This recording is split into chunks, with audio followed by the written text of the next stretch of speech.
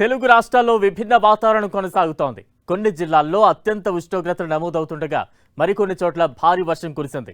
తెలంగాణలో నల్గొండ, సూర్యాపేటలో వడగళ్ల వాన కురిసింది. ఖమ్మం జిల్లాలో వర్షం బీభత్సం సృష్టించగా అటు ఏపీలో గుంటూరు, తిరుమలలో భారీ వర్షం కురిసింది.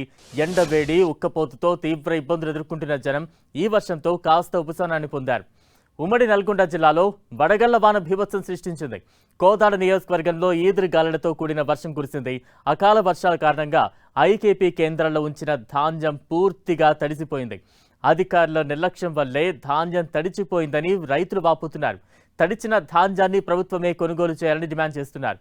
ఇక ఏపీలోనూ వడగళ్ల వర్షం కురిసింది. గుంటూరు, తిరుమలలో వడగళ్ల వాన బీభత్సం సృష్టించింది. తిరుమల కొండపై కుండపోత వర్షం కురిసింది. ఎండ వేడితో ఇబ్బంది పడిన భక్తులు ఇప్పుడు వర్షం కురవడంతో కాస్త ఉపశమనం పొందుతున్నారు. మరోవైపు ఈదురుగాలులతో కూడిన వర్షం కురవడంతో తిరుమల కొండపై వర్షం నీరు నిలిచిపోయింది. పల్నాడు జిల్లా గురజాలలో అకాల వర్షం రైతులకు తీవ్ర నష్టాన్ని మిగిల్చింది. దాచేపల్లి మార్కెట్ యార్డులో ఆరబోసిన ధాన్యం మొత్తం తడిచిపోయింది.